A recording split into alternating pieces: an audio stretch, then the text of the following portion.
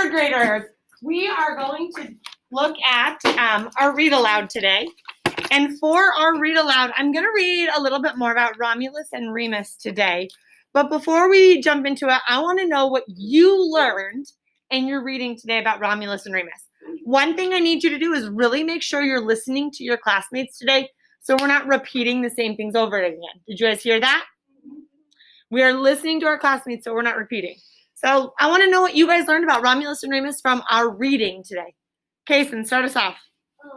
Romulus killed Remus. Romulus killed Remus. Fabulous. Claire. They were adopted by a she-wolf and then a shepherd. Very good. Yes. The king wanted to drown them, but another person didn't let them. The king wanted to drown the twins, but the servant wouldn't let them. Very good. He saved him, right? He let him go in a basket. He put him in a basket and he floated him down the Tiber River. Good job with that. Chloe.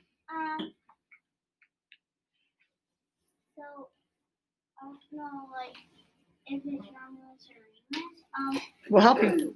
They I think Romulus and stepped over it's kind of like Remus. Keep going though. He stepped over his wall and then he got very angry. Perfect. So stepped over his brother's wall, right?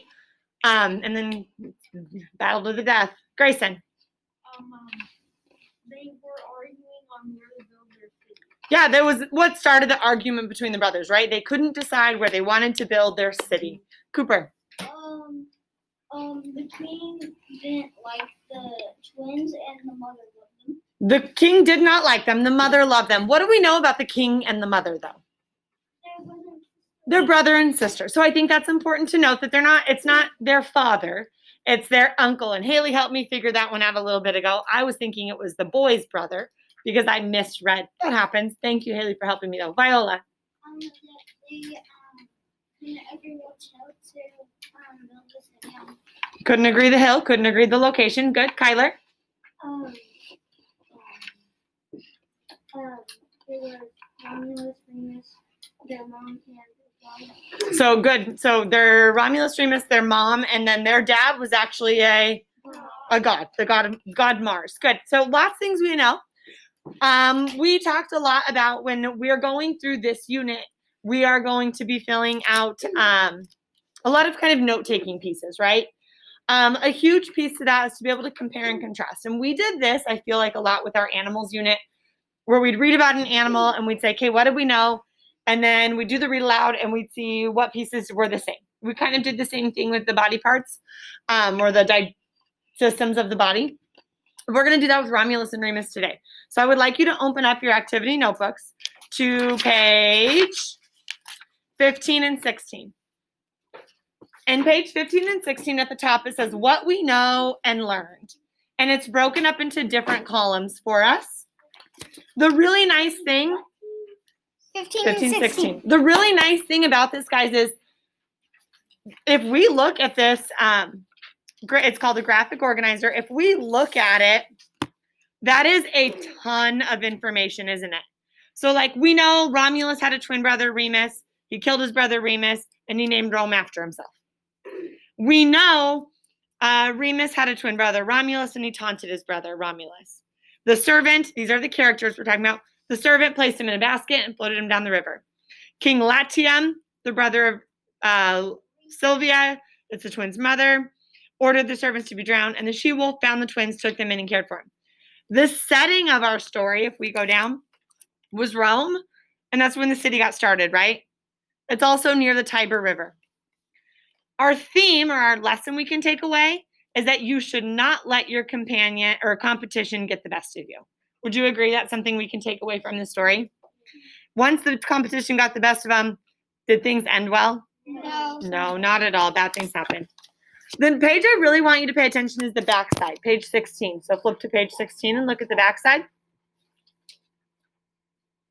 This is the plot, and I think this is a bit trickier task, but the plot is going to be what happened in the story in the order it happened in. We don't want to give every single detail, but this is the plot. The king of Latium told the servant to drown the twins. Would you agree that's first? Yes. The next big thing is the servant put the boys in a basket and set them right down the river. So the next big thing wasn't he killed them, but he put them in a river and sent them down. The next big thing is the she-wolf came and took care of them. Then Romulus and Remus decided to create a city. They fought about where to build it. Remus died, and Romulus built Rome and named it after himself. Would you agree that that's pretty much the steps that happen? Your job today is during the read aloud, we're going to start to fill out some of this as well. So what we've learned from the listening, think about the characters and what we know about them. The setting of the story, where is this taking place? The theme or the lesson, what we can take away, and the order of events that they happen in. I don't want you to fill this all out until the end, but I do want you to start to think about the main events that are happening in the story, okay? And as I read, if we hit a main important piece, you can jot it down. So are you writing about the characters now? Are you writing about the setting? Are you writing about the theme? No. Are you writing about the plot? No. Yes. Are you writing about the plot? Yes. Yes. Are you writing about the plot? Yes. As I read today, you are welcome to write down the events that are happening in the order they happen in. You can write the plot as we go, and we'll come back and revisit it. But you're not doing the other side. This that's already filled out was for your reading from your book today. You are going to fill out this section, which is from my read aloud today, okay? So it's a little bit different. It's not necessarily going to be the exact same, but do you think because it's the story of Romulus and Remus, it's going to be similar? Yes. Definitely. I'm going to push this aside for a moment, and we are going to look at our vocabulary for this reading. Yes, Brock?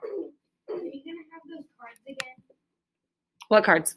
Like cards like that? We are not. We have our read aloud ones again today.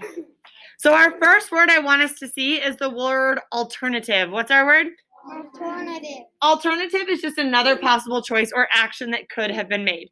So we know in our story, and we'll see if it's the same that we just read, the servant made an alternative choice, didn't he? He was told he had to kill the boys. Instead, he made an alternative choice. He did something different. Our next word is defy. What's our word? Defy just means to refuse to obey. And I put Snow White up here because in the story of Snow White, the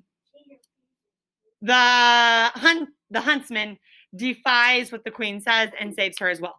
So kind of, I made that connection that the same thing that's happening in Snow White happened to Romulus and Remus because the huntsman is told to kill her. And does he? No, he defies what happens. He does something different. He goes up against what he's told.